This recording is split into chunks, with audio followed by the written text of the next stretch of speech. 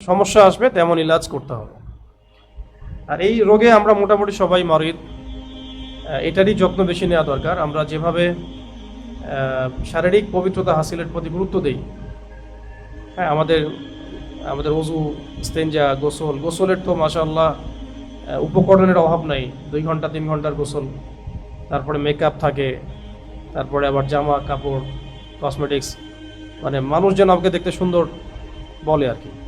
তো তার যদি 10% আমরা আমাদের কলবের পবিত্রতা হাসিলের জন্য ফিকির করতাম, তাহলে মনে হয় সমাজটা আরও সুন্দর হতো। এটাই বেশি করা উচিত। তো এটার জন্য কিছু উপায় বললাম, যেমন একটা হলো বেশি বেশি মৃত্যুকে স্মরণ করা এবং কোরআন তেলাওয়াত বাড়ায় দেওয়া, আল্লাহ রাব্বুল আলামিনের কাছে বেশি বেশি দোয়া করা এবং কবর জিয়ারত করা। কবর জিয়ারত করাও অন্তর্ভুক্ত, কারণ এগুলোতে আখিরাতকে স্মরণ হয়।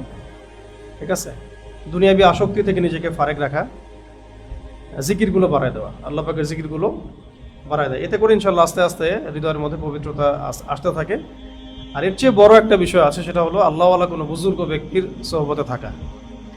আল্লাহওয়ালা কোনো বুজুর্গ, আল্লাহর ওলির সোহবতে থাকা, তাহলে নিজের রোগের এলাজ করানো যায়। কারণ আপনার রোগ তো আপনি ধরতে পারবেন না, আপনার রোগ ধরবে সে যে আপনার ডক্টর। নিজে নিজে নিজের চিকিৎসা তো করা যাবে না, করতে গেলেও তখন সব রোগ ধরা পড়বে না। এই কারণেই একটা সিলসিলা চলে আসছে একদম রাসূলুল্লাহ সাল্লাল্লাহু আলাইহি ওয়াসাল্লামের যুগ থেকে নিয়ে, সাহাবাদের যুগ থেকে নিয়েই সবাই এরকম তাদের ওস্তাদদের কাছে, শাইখদের কাছে যাওয়া আসা করতেন। এর মধ্য দিয়ে তারা নিজেদের নফসকে পবিত্র রাখতেন, যেটা আমাদের সমসাময়িক সময়ে কিছুটা ভাটা পড়েছে আর কি আমাদের মধ্যে। আমাদের অনেকেই জেনারেল ব্যাকগ্রাউন্ড থেকে আমরা যারা উঠে আসি, তাদের মানে ওস্তাদ থাকে না, অনেকেরই, সবার না, অনেকেরই আর কি। এতে করে দেখা যায় যে তারা মানে বিচ্যুতি ঘটতে, পদস্খলন ঘটতে সময় লাগে না। অবশ্যই আল্লাহওয়ালা কোনো বুজুর্গ ব্যক্তির সোহবতে থাকা চাই। আর এইটা আপনি অনলাইনে খুঁজে পাবেন না, অনলাইনে না পাওয়াই স্বাভাবিক। এটা খুঁজতে হবে আল্লাহওয়ালা মানুষদের দরবারেই। আবার এই দরবার করতে করতে আবার বিভিন্ন খাজা বাবার দরবারে চলে যায় না, তাহলে আবার ইমানও যাবে, ইসলামও যাবে, তাওহীদও যাবে, সবই যাবে। তখন আবার শিরিক নিয়ে কবরে যাওয়া লাগবে। এর মাঝখানে অবশ্যই তো আল্লাহর ওলিরা আছেন, পৃথিবীতে আছেন না, এটা খুঁজে বের করতে হবে।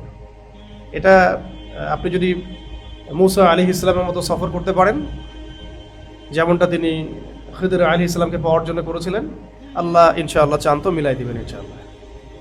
সফর তো করতেই হবে। কোন জায়গা থেকে বলছি মনে পড়ছে তো নাকি? হ্যাঁ, সূরা কাহফ থেকে। নবী মূসা আলাইহিস সালাম যখন জানলেন তার চেয়েও একজন বড় আল্লাহর জ্ঞানী বান্দা আছেন, তাই না, খিদর আলাইহিস সালাম, তিনি কি করলেন? তিনি বাসায় বসে না থেকে সফর করলেন, তার কাছে পৌঁছানোর চেষ্টা করলেন। কোরআনের ভাষাটা এত স্ট্রং, কোরআন বলছে যে মূসা আলাইহিস সালাম বলেছিলেন যদি যুগ যুগ সফর করতে হয় তবুও সফর করব, কিন্তু তার সেই দেখা সাক্ষাৎ তার চাই। এই যে একটা ডিটারমিনেশন, এইটা আমাদের মধ্যে থাকলে পরে আল্লাহর ওলিদের সাক্ষাৎ পাওয়া যাবে ইনশাআল্লাহ, ইনশাআল্লাহ, ইনশাআল্লাহ।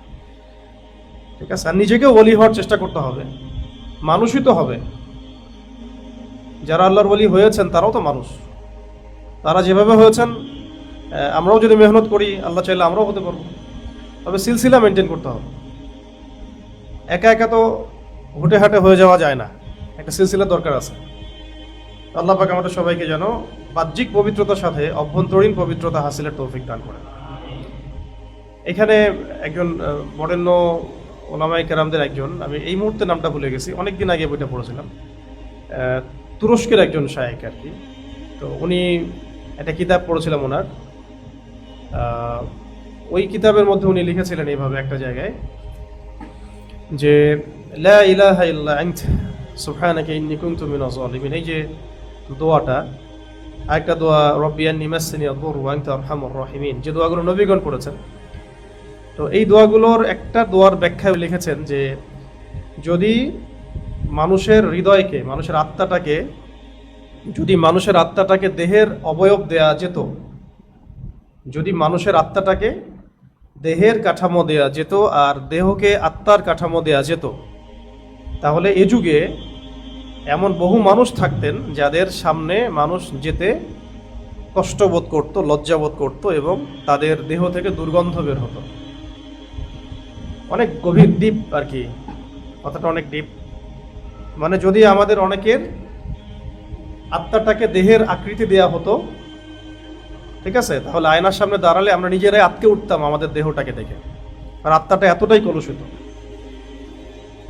আবার আমাদের অনেকের আত্মাকে যদি দেহের অবয়ব দেওয়া হতো তাহলে এত দুর্গন্ধ বের হতো যে আমাদের ধার কাছেও মানুষ ঘেঁষত না, কারণ আমাদের আত্মাটা এতটাই কলুষিত বা দুর্গন্ধযুক্ত। এখন এই জামানার কথা তিনি বলছেন, কথা তো সত্য নাকি? তো এই জন্যে আমাদের সবাইকে হৃদয়ের পবিত্রতা হাসিলের দিকেও অনেক বেশি গুরুত্ব প্রদান করতে হবে। আল্লাহ পাক তৌফিক দান করে দেন।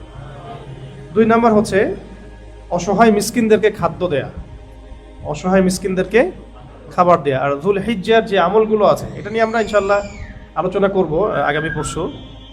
তো এখন ওই আমলগুলো ঘাটতে ঘাটতে আমরা যে কয়েকটা খাস আমল পাই সাহাবীদের ইয়া থেকে, মানে সাহাবীদের জেনারেশন থেকে, তার মধ্যে একটা হচ্ছে সাদাকা করা। একটা কি? সাদাকা করা। অনেকগুলো আমল আছে যেগুলো হাদিসের মধ্যে এসেছে যে যুল হিজ্জার এই দশকে সাহাবায়ে কেরাম বেশি বেশি করতেন, তারা বেশি বেশি করে করতেন, আসলাফগণ বেশি বেশি করতেন, আকাবিরগণ বেশি বেশি করে করতেন এই দশকে। তার মধ্যে একটা আমল হচ্ছে সাদকা করা, বেশি বেশি সাদাকা করা। এই জন্য এই দশকে আমরা চেষ্টা করব যে অসহায় মিসকিনদেরকে খাবার, পানি এগুলো দেওয়ার জন্য। আল্লাহ পাক তৌফিক দান করেন। আর 3 নম্বর হচ্ছে মেহমানকে সম্মান করা, মেহমানকে সম্মান করা। এটা তো বস্তুবাদী শহরগুলো থেকে প্রায় উঠেই যাচ্ছে দিন দিন। মেহমান বাসায় গেলে মানুষ বিরক্ত হয় এখন, তাই না? আগে জিজ্ঞাসা করে খাই আসছেন না, গিয়ে খাবেন। এই যে একটা মানে ছোট মনের পরিচয়টা, তাই না? তো এগুলো থেকে আমাদের মুসলিমদেরকে বের হতে হবে। আর আমি বলেছিলাম যে ইব্রাহিম আলাইহিস সালাম আমাদের জাতির পিতা, তার একটা অন্যতম বৈশিষ্ট্য ছিল তিনি কিন্তু মেহমানদেরকে অনেক সম্মান করতেন, অনেক মেহমানদারি করতেন। এখনও আপনি আরবদের মধ্যে এই বিষয়টা দেখতে পারবেন, মেহমানদারি করানো, মানুষকে খাওয়ানো আর কি। এটা লেগেসি চলে আসছে। এটার দলিল কোরআনে অনেক এক সূরার মধ্যে আসছে যে 2 জন ফেরেশতা আসলেন, জিবরাইল আলাইহিস সালাম, মিকাইল আলাইহিস সালাম। তারা আসছেন লূত আলাইহিস সালামের কওমকে ধ্বংস করতে, মানুষের রূপ নিয়ে। তখন ইব্রাহিম আলাইহিস সালাম তো প্রথমে চিনতে পারেন নাই, তিনি ইমিডিয়েটলি ভিতরে গিয়েছেন, ভিতরে গিয়ে একটা বকরি জবাই করে ভুনা করে নিয়ে আসছেন। তো মেহমানদেরকে তিনি এত সম্মান করতেন। তো এই কারণে মেহমানদেরকে সম্মান করাটা আমাদের শরিয়ার মধ্যেও অনেক গুরুত্বের সাথে উপস্থাপন করা হয়েছে। বরং এভাবে হাদিসে এসেছে যে যে ব্যক্তি আল্লাহ এবং তার আল্লাহ এবং পরকালের প্রতি বিশ্বাস রাখে সে যেন মেহমানকে সম্মান করে। ফালিউকরিম দয়ফা, সে যেন তার মেহমানকে সম্মান করে। আচ্ছা, তো এটা একটা আমল চলে গেল আমাদের শরীরের সাথে সম্পৃক্ত 38টার একটা। 4 নম্বর হচ্ছে ফরজ সওম পালন করা, ফরজ সওম পালন করা। এটা নিয়ে তো আলোচনা আমরা অনেক শুনেছি। ইনশাআল্লাহ রমাদানের সেশনগুলো যখন আসবে আমরা রোজা নিয়ে আলাদা আলোচনা করবো ইনশাআল্লাহ।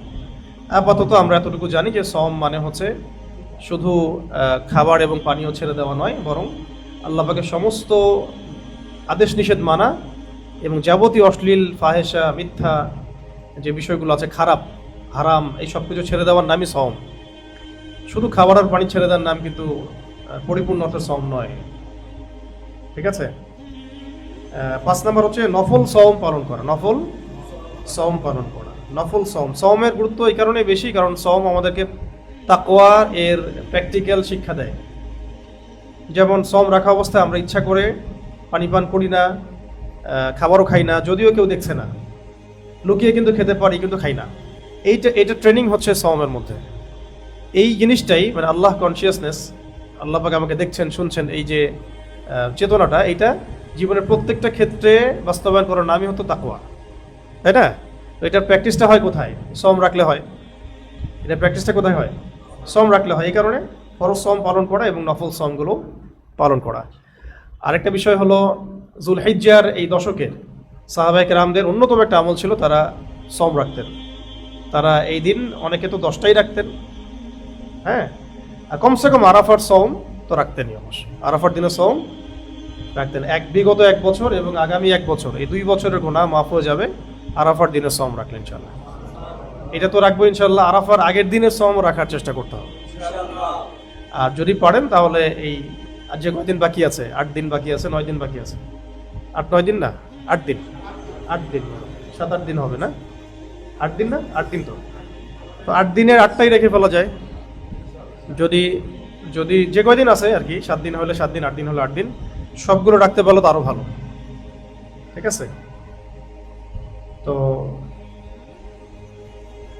এই সময়টা সম্পর্কে একটা হাদিস আমরা সকালে পড়ছিলাম যে এই যে দশক, এই দশকের দলিল কিন্তু ওয়াল ফাজরি ওয়া লায়ালিন আশর এর মধ্যে আছে, ওয়া লায়ালিন আশর এর মধ্যে আছে। তো এখানকার একদিনের ইবাদত আপনার 1 বছরের ইবাদতের সমান, আর এক রাতের ইবাদত লাইলাতুল কদরের ইবাদতের সমান। এই দশক, এই 10টা দিন আমরা যতটা পারি ইবাদতের মধ্যে থাকার চেষ্টা করতে হবে। 6 নম্বর ইতিকাফ করা। ইতিকাফ তো যারা করেছে আলহামদুলিল্লাহ, যারা করি নাই আমরা ইনশাআল্লাহ আগামী বছর করবো ইনশাআল্লাহ। আর 7 নম্বর লাইলাতুল কদর অন্বেষণ করা। লাইলাতুল কদর অন্বেষণ করা, এটাও ইতিকাফের সাথে সম্পৃক্ত। এগুলো রমাদানের আমাদের বয়ানগুলোতে বা লেকচারগুলোতে আসবে ইনশাআল্লাহ। 8 নম্বর হজ সম্পাদন করা। হজ সম্পাদন করা, আল্লাহ পাক আমাদের সবাইকে করার তৌফিক দান করেন। আর মকবুল মাবরুর হজ করার তৌফিক দান করেন। কারণ মাবরুর হজের যে প্রতিদান, এটা লাইসা লাহু জাযাউন ইল্লাল জান্নাহ, এর প্রতিদান জান্নাত ছাড়া আর কিছুই না। মাবরুর হজ হয়ে গেলে এটার প্রতিদান হবে কি? জান্নাত ইনশাআল্লাহ। 9 নম্বর উমরাহ পালন করা। একটা হাদিসের মধ্যে আসছে যে এক উমরা থেকে আরেক উমরা, মানে এক উমরা থেকে আরেক উমরার মাঝখানে যে গুনাহগুলো আছে, এটা উমরা করতে থাকলে সবগুলো ক্ষমা হয়ে যাবে ইনশাআল্লাহ। আরেকটা হাদিস পড়ছিলাম আমরা যে হজ এবং উমরা এটা ব্যাক টু ব্যাক করতে তাগাদা দেওয়া হয়েছে একটু, যাদের সামর্থ্য আছে তোমরা হজ এবং উমরা করতে থাকো। কারণ এটা করতে থাকলে যেটা হয়, 2টা বিষয় দূর হয়ে যায়। একটা হচ্ছে গুনাহ সব দূর হয়ে যায়, আর সমস্ত দারিদ্রতা দূর হয়ে যায়। দারিদ্রতা এবং গুনাহ 2টাই দূর হয়ে যাবে হজ এবং উমরার মধ্য দিয়ে। ঠিক আছে? আর যাদের সামর্থ্য আছে কিন্তু হজ উমরা করছে না, স্পেশালি খাস করে হজ করছে না, সামর্থ্য আছে, কোনো শারীরিক অক্ষমতা নাই, কোনো জালেম শাসকের ভয় নাই, ঠিক আছে, কোনো রকমের অভাব নাই, তারপরেও তারা হজ করছে না। রাসূল সাল্লাল্লাহু আলাইহি ওয়াসাল্লাম বলেছেন, সে ইহুদি হয়ে মরুক বা খ্রিস্টান হয়ে মরুক, আমার কিছু যায় আসে না। নাউযুবিল্লাহ। তো এটা মারাত্মক বদদোয়া না? তো যাদের সামর্থ্য হয়ে গেছে অবশ্যই করে ফেলতে হবে। আল্লাহ তৌফিক দান করেন। আমি 10 নম্বর হচ্ছে কাবা ঘর তাওয়াফ করা। তাওয়াফের সময় অবশ্যই আমাদেরকে সুন্নাহ ফলো করতে হবে এবং বেশি বেশি তাওয়াফের সময় দোয়া করতে হবে। তাওয়াফরত অবস্থায় বেশি বেশি দোয়া কবুল হয়। তাওয়াফরত অবস্থায় দোয়া কিন্তু কবুল হয়। আর তাওয়াফের সময় একত্ববাদ বা তাওহীদের শিক্ষা নিতে হবে। যারা তাওয়াফ করেন নাই তারা অবশ্যই হজ বা উমরা করতে যাওয়ার আগে ইব্রাহিম আলাইহিস সালাম, ইসমাইল আলাইহিস সালাম, পুরো কুরাইশদের ইতিহাস, পুরোটা সিরাত পড়বেন। ইব্রাহিম আলাইহিস সালামের ইতিহাসটা পড়বেন, ইসমাইল আলাইহিস সালামের ইতিহাসটা পড়বেন। এসব পড়াশোনা করে তারপরে যাবেন, তারপরে দেখবেন যে ইবাদতে কি পরিমাণ স্বাদ পাচ্ছেন আপনি। এগুলো জানা থাকলে ইবাদতের মধ্যে স্বাদ আসবে ইনশাআল্লাহ। জানা না থাকলে দেখা যাবে যে ওই হাজারে আসওয়াদ চুমু দেওয়ার জন্য মারামারি শুরু করছেন। হ্যাঁ, এরকমও তো হয়, ধাক্কা ধাক্কি মারামারি। 10টা ছেলের মধ্যে একটা মেয়ে ঢুকে গেছে, কিন্তু চুমু খাইতে হবে হাজারে আসওয়াদ। হাজারে আসওয়াদকে চুমু খাইতে গিয়ে এদিকে যে বড় বড় গুনাহ হয়ে যাচ্ছে, এর কোনো হুঁশ নাই। পর্দা চলে যাচ্ছে, হ্যাঁ, মানে মেয়েদের দেখা যাচ্ছে স্কার্ফ খুলে যাচ্ছে, টানা হেঁচড়া হচ্ছে। 20টা ছেলের মধ্যে 2-3টা মেয়ে পড়ে গেছে। আবার দেখা যায় কখনো কখনো এমনও হয়েছে যে 10টা-20টা মেয়ের মধ্যেও 4-5টা ছেলে পড়ে গেছে। এরকম হয়। তো এগুলো এত ওভার এক্সাইটেড হওয়ার দরকার নাই। যদি সুযোগ আসে তাহলে চুমু খাবো ইনশাল্লাহ, না হলে দূর থেকে ইশারা করা কাফি।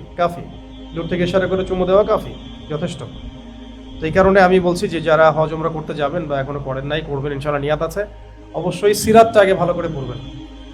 সিরাতটাকে খুব ভালো করে পড়বেন। ইব্রাহিম আলাইহিস সালামের ইতিহাসটা ভালো করে পড়বেন, ইসমাইল আলাইহিস সালামের ইতিহাস, একদম প্যালেস্টাইনের ইতিহাস, মক্কার ইতিহাস, আইয়ামে জাহিলিয়াতের ইতিহাস, জাহিলিয়াতে কি ছিল, কিভাবে ইসলাম এইভাবে আসলো এই পর্যন্ত, এই পুরো হিস্ট্রিটা জানা থাকলে প্রত্যেকটা ইবাদতে আপনি স্বাদ পাবেন ইনশাআল্লাহ।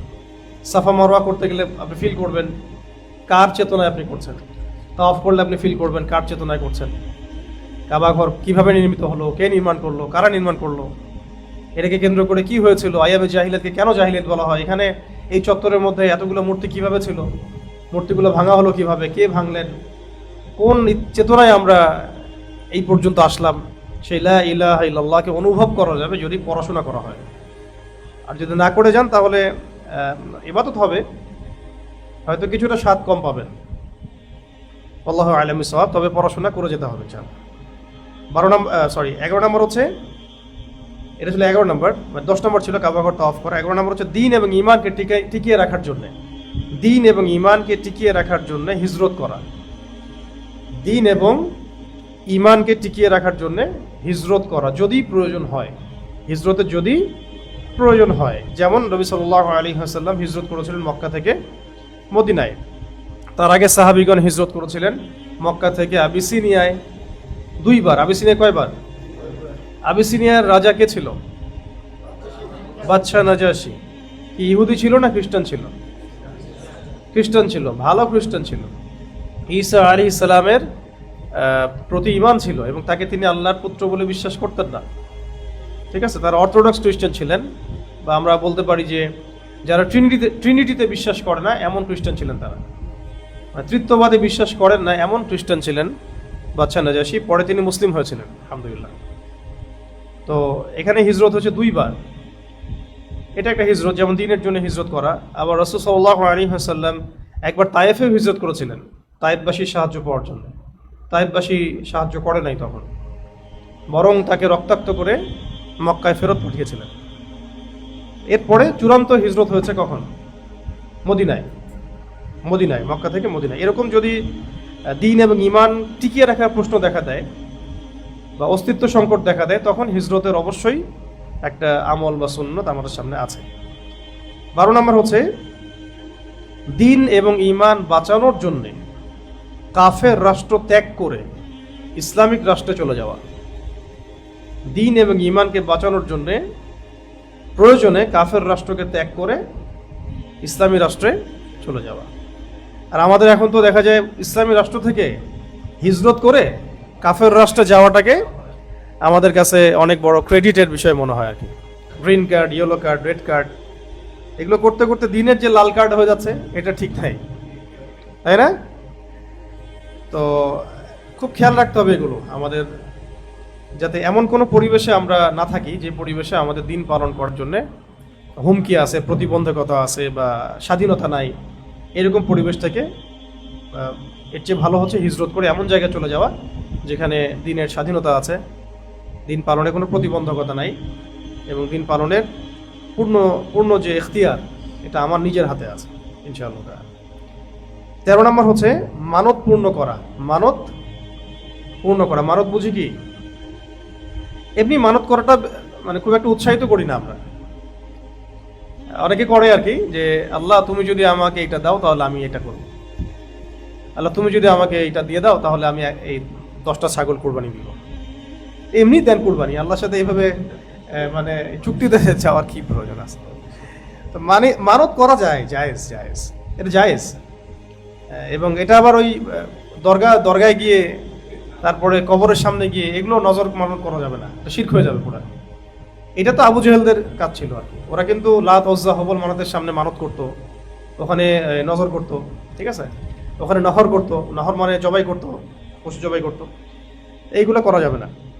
তবে মানত এমনি চাইলে কেউ করতে পারে, নজর করতে পারে, আল্লাহর জন্য হতে পারে সেটা। তবে করলে অবশ্যই পূর্ণ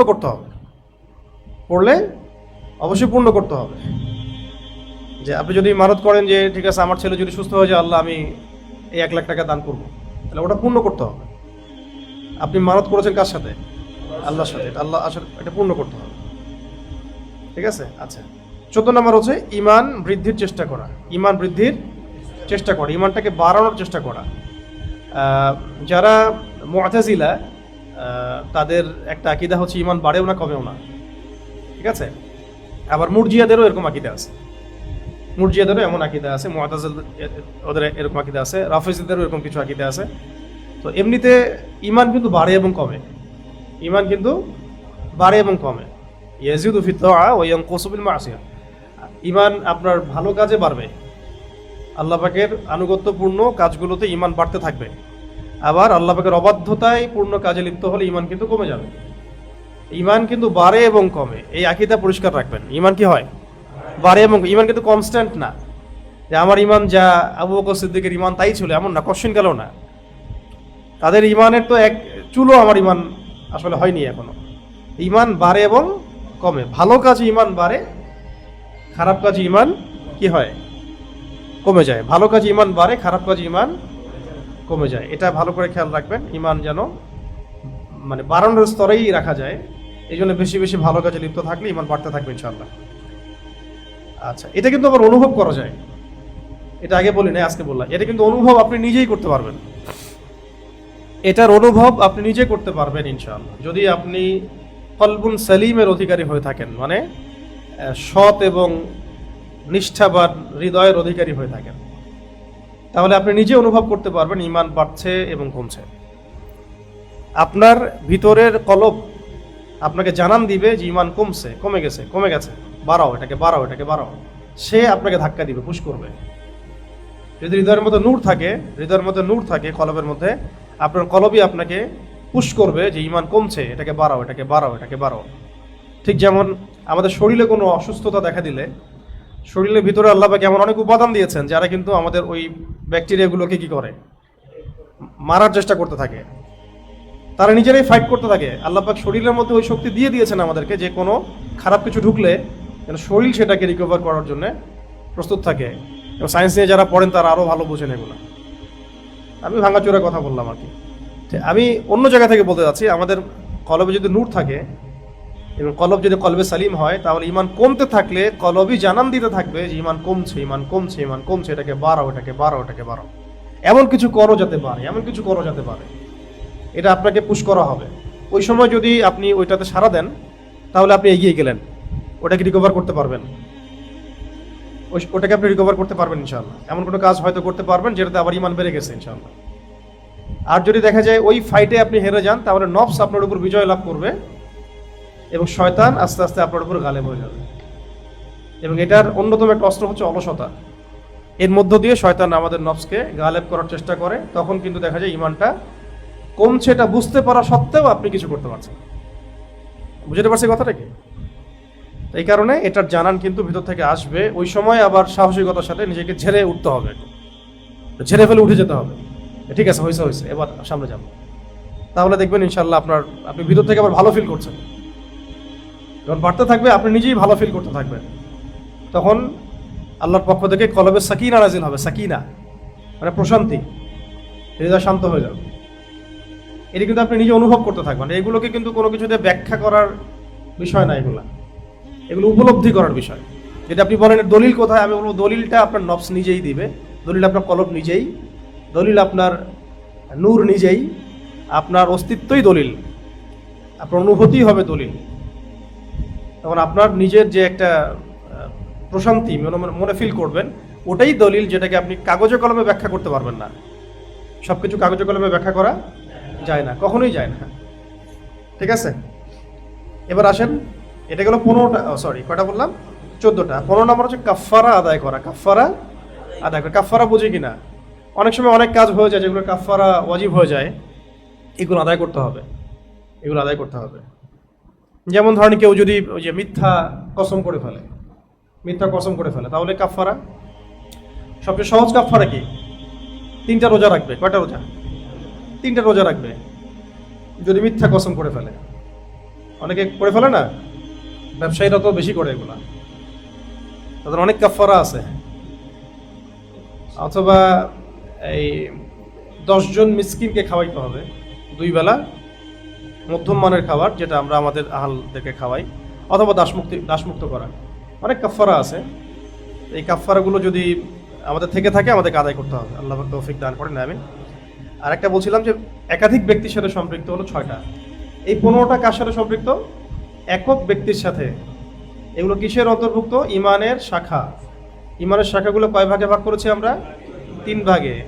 হৃদয়ের সাথে, জবানের সাথে, শারীরিক। তো শারীরিকের মধ্যে আছে 38টা। হৃদয়ের সাথে ছিল 24টা, জবানের সাথে 7টা, আর বাকি 38টা হচ্ছে শারীরিক বিষয়ের সাথে। এর মধ্যে এগুলোকে আবার 3 ভাগে ভাগ করেছিলাম। একটা হলো প্রথম 15টা হচ্ছে একক ব্যক্তির শারীরিক বিষয়ের সাথে সম্পৃক্ত। দ্বিতীয়টা হচ্ছে একের অধিক আর কি, এটা হলো 6টা। এটা কয়টা? 6টা। এটা আলোচনা করে নিই আগে। এই 6-এর মধ্যে প্রথমটা হচ্ছে বিবাহের মাধ্যমে চরিত্র হেফাজত করা, ইমানের শাখা এটা। তার মানে অবিবাহিত থাকার সুযোগ নাই আমাদের সামনে, মানে খুব বড় কোনো ওজন না দেখা গেলে আর কি। অনেক আসলাফগণদের মধ্যে অনেকে কিন্তু বিয়ে করেন নাই, দিনের জ্ঞান অর্জনে এত বেশি ব্যস্ত ছিলেন যে তারা বিয়ে করার মতো ফুরসতি পান নাই। ঠিক আছে, অনেক মুজাহিদ এরকম এত বেশি যুদ্ধে মাথায় ব্যস্ত ছিলেন, এটা সুযোগ হয়ে ওঠে নাই। আর অনেক সাহাবী এমন ছিলেন বিয়ে করেছেন পরের দিন জিহাদে গিয়েছেন। যেমন একজনের নাম হানজালা রাদিয়াল্লাহু আনহু, আরেকজনের নাম আরেকজনের নাম বলতে পারেন নাকি? না, যায়েদ ইবনে হারিসা রাদিয়াল্লাহু আনহু আগে বিয়ে করেছিলেন। জুলাইবিস রাদিয়াল্লাহু আনহু উনিও বিয়ে করার পরের দিনে গিয়েছেন খায়বারে যুদ্ধ করতে। এটা নিয়ে আমরা ইনশাআল্লাহ আরেকদিন কথা বলবো। এটা একটা খুবই হৃদয় বিদারক একটা ঘটনা। জুলাইবিস রাদিয়াল্লাহু আনহু হচ্ছে আমাদের সবার জন্য একটা দৃষ্টান্ত, রোল মডেল। আচ্ছা, সংক্ষিপ্ত করে বলি। হ্যাঁ, আচ্ছা, সময় কম তো ওই জন্য আমি গুটিয়ে নিচ্ছি। অনেক ভাই আবার পার্সোনাল কিছু কাজের জন্য আসছেন, তো যাই এটা বলি আপনাদের ইয়ার জন্য, মানে যুবকদেরকে দিনের প্রতি সর্বোচ্চ অগ্রাধিকার দিনকে যে দিতে হবে এই জন্য। জুলাইবিস রাদিয়াল্লাহু আনহু ছিলেন খাটো, হ্যাঁ, বেটে, আমরা কি বলি, একটু বেটে বলি আর, বেটে খাটো, দেখতে শুনতে মোটেই সুন্দর নন, একটু কুৎসিত বলে অনেকে। রাস্তায় পড়ে থাকেন,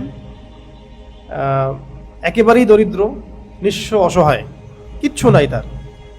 রাসূলুল্লাহ সাল্লাল্লাহু আলাইহি ওয়াসাল্লাম যখন মদিনায় নবী সাল্লাল্লাহু আলাইহি ওয়াসাল্লাম মসজিদে যান, রাস্তা দিয়ে দেখেন জুলাইবিস রাদিয়াল্লাহু আনহু তিনি রাস্তার পাশে বসে আছেন বা শুয়ে আছেন বা পড়ে আছেন।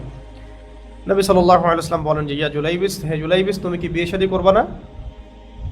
জুলাইবিস রাদিয়াল্লাহু আনহু বলেন যে, আপনি ইয়া রাসূলুল্লাহ কি বলছেন, আমি কিভাবে বিয়ে শাদী করতে পারি? আমাকে কে মেয়ে দিবে? আমার তো থাকার জায়গা নাই, খাবার নাই, আমি দেখতেও সুন্দর না, আমাকে কে মেয়ে দিবে? তো নবী সাল্লাল্লাহু আলাইহি ওয়াসাল্লাম চলে যান, কিছু বলেন না। এরকম পরের দিন তিনি আবার আসেন, আবার দেখেন যে তিনি ওখানেই শুয়ে আছেন। আবার তিনি বলেন, ইয়া জুলাইবিস, তুমি কি বিয়ে করবে না? তিনি আবার একই উত্তর দেন। তৃতীয় দিন নবী সাল্লাল্লাহু আলাইহি ওয়াসাল্লাম একই কথা বলেন, তিনি আবার একই উত্তর দেন।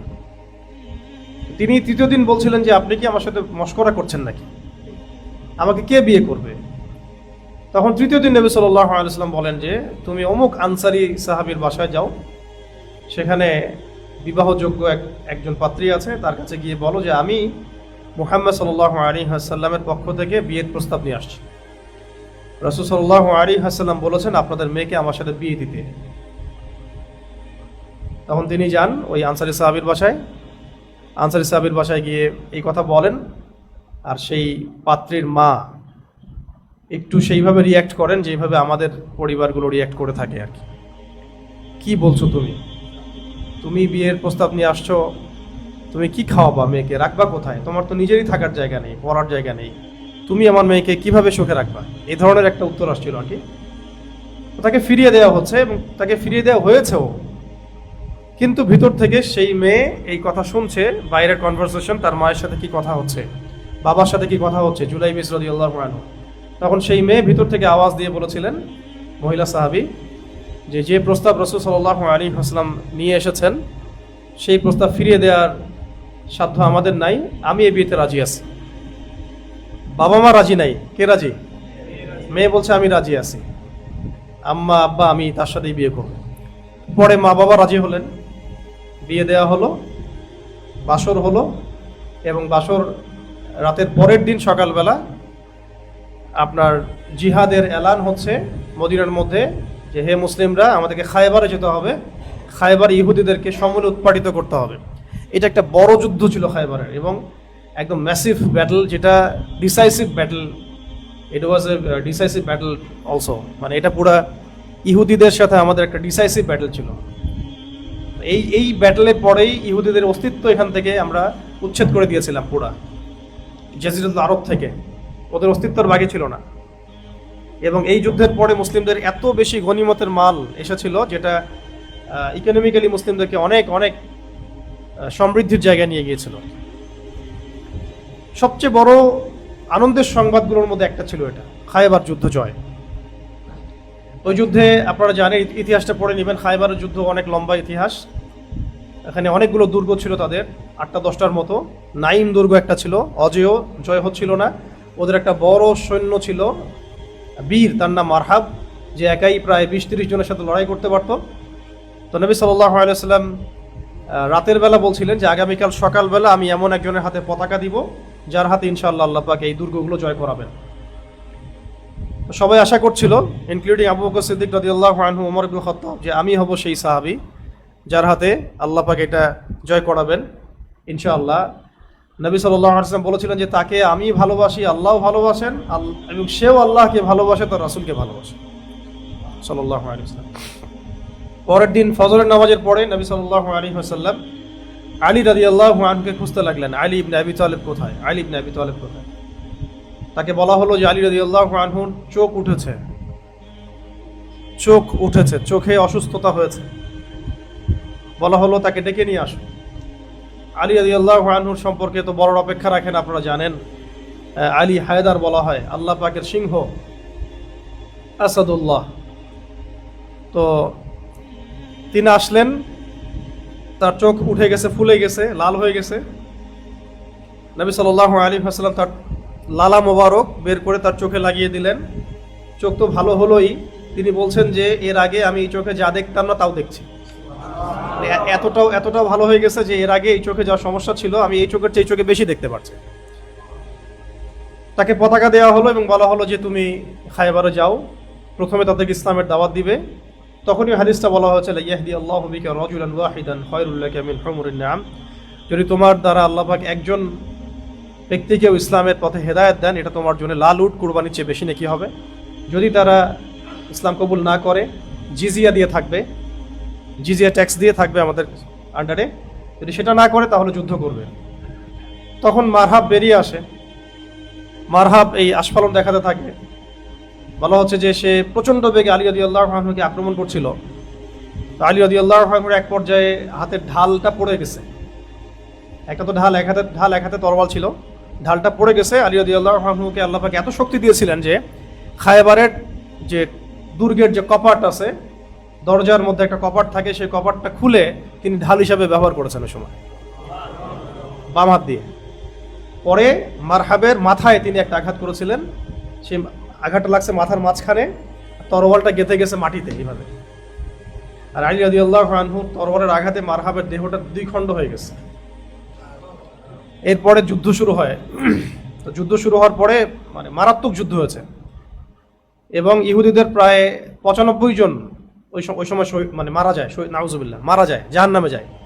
ইহুদিদের 95 জনের মতো ওইখানে জাহান্নামে যায়। আর মুসলিমদের 12 জন সাহাবী শহীদ হন। মুসলিমদের 12 জন সাহাবী শহীদ হন। নবী সাল্লাল্লাহু আলাইহি ওয়াসাল্লাম শহীদদের লাশগুলো খুঁজতে থাকেন যুদ্ধের পরে। খুঁজতে একটা কর্নারে গিয়ে দেখা যায় জুলাইবিস রাদিয়াল্লাহু আনহুর লাশ পড়ে আছে। তিনি শহীদ হয়েছেন, এবং তার চেহারার মধ্যে ধুলা, গায়ের মধ্যে রক্ত, অনেকগুলো তরবালের দাগ, অনেকগুলো বর্ষার আঘাত, এবং তার আশেপাশে 9টা ইহুদির লাশ পড়ে আছে। মানে তিনি একাই 9 জনের সাথে লড়াই করেছিলেন, 9 জনকে মেরেছেন, তারপরে তিনি শহীদ হয়েছেন। কার কথা বলছি? জুলাইবিস রাদিয়াল্লাহু আনহু। ছোট্ট মানুষ, ছোটখাটো সাহাবী, ছোটখাটো মানুষ। তাকে বলতো মানুষ কুৎসিত, কালো বলতো, কেউ মূল্যায়ন করতো না, সমাজ মূল্য দিত না।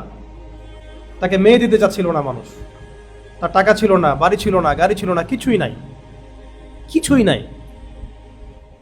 নবী সাল্লাল্লাহু আলাইহি ওয়াসাল্লাম তারপরে কি করছেন, এটা আপনারা পড়লে নিজেদেরকে ধরে রাখতে পারবেন না। রাসূল সাল্লাল্লাহু আলাইহি ওয়াসাল্লাম নিজে সেখানে গিয়েছেন, গিয়ে তার চেহারা থেকে ধুলাগুলাকে সরিয়েছেন হাত দিয়ে, তার চেহারা থেকে ধুলাগুলা সরিয়েছেন, রক্তগুলা মুছেছেন, আদর করেছেন, কপালে চুমু দিয়েছেন, নিজের রানের উপরে তার মাথাটাকে রেখেছেন, রেখে বলেছেন হে জুলাইবিস, হে জুলাইবিস আনতা মিন্নি ওয়া আনা মিনক, তুমি আমার আর আমি তোমার। ইয়া জুলাইবিস, তুমি আমার আমি তোমার। ইয়া জুলাইবিস, তুমি আমার আমি তোমার। এরপরে তিনি আকাশের দিকে তাকিয়েছেন, তারপর চোখ লজ্জায় নামিয়ে নিয়েছেন। সাহাবীগণ জিজ্ঞাসা করেছেন ইয়া রাসূলুল্লাহ, এটা কেন করলেন? নবীজি বলেছেন যে জুলাইবিসকে অভ্যর্থনা জানানোর জন্য হুরেন ঈনরা দৌড়ে ছুটে ছুটে আসতেছিল, ওইটা দেখে আমি লজ্জায় চোখ ফিরে নিয়েছি। জুলাইবিস রাদিয়াল্লাহু আনহুর জীবনী পড়ে দেখেন, আমি তো ঠিকভাবে উপস্থাপন করতে পারলাম না, আপনি একা একা পড়লে আরো ভালো ফিল করবেন। এটা হচ্ছে তাদের জীবন ছিল, তাদের ঈমান। বিয়ে করেছেন, তারপরের দিন এইভাবে যুদ্ধ করে জিহাদের মাঠে শহীদ হয়েছে। আর আমাদের ইসলামিক পড়াশোনা থেকে, ইসলামিক আন্ডারস্ট্যান্ডিং থেকে, ইসলামের দাওয়াত এবং এস্টাবলিশমেন্ট থেকে জিহাদের কনসেপ্টই উঠাই ফেলা হয়েছে। জিহাদের কনসেপ্টটাই এমনভাবে নেগেটিভলি উপস্থাপন করা হয়েছে যে মনে হচ্ছে এটা না হয়, এটা মনে হয় কোনো উগ্রপন্থীদের কাজ, এটা মনে হয় কোনো জঙ্গিবাদীদের কাজ, এটা মনে হয় সন্ত্রাসীদের কাজ, এটা হচ্ছে আল্লাহর ওলিদের কাজ। বাস্তবতা হচ্ছে এটা কি, এটা আল্লাহর ওলিদের কাজ। যারা এরকম জুলাইবিসের মতো সাহাবী ছিলেন তারাই কাজ করেছেন। আলী হায়দার এই কাজ করেছেন, ওমর ইবনে খাত্তাব এই কাজ করেছেন, প্রত্যেক সাহাবী এই কাজ করেছেন, স্বয়ং রাসূল সাল্লাল্লাহু আলাইহি ওয়াসাল্লাম এই কাজ করেছেন। কিভাবে এই ইবাদতটাকে আমাদের সেকুলার সোসাইটির মধ্যে এটাকে কিভাবে, মানে কি বলবো আমি, এটাকে ডিস্ট্রয় বলবো না, বরং এটাকে কিভাবে, হ্যাঁ এক্স্যাক্টলি এইভাবে এটাকে সমাজের মধ্যে কোণঠাসা করা হয়েছে একেবারে। এই ওয়ার্ডটাই মনে হয় ট্রেসিং ওয়ার্ড। হ্যাঁ, চলে আসতেছে আলহামদুলিল্লাহ। যতই একটা বিষয়কে ইসলামে আঘাত করবে, ইসলাম এটা আল্লাহ পাকের সুন্নাহ, যে ওইটাই আল্লাহ পাক আবার জাগ্রত করবেন। যেটাকে যত বেশি আঘাত করা হয় ওইটা তত বেশি জাগ্রত হয়। এবং এটা এত কিছু করেও তারা এই কনসেপ্ট থেকে বা এই চেতনা থেকে কিন্তু যুবকদেরকে হটাতে পারে নাই।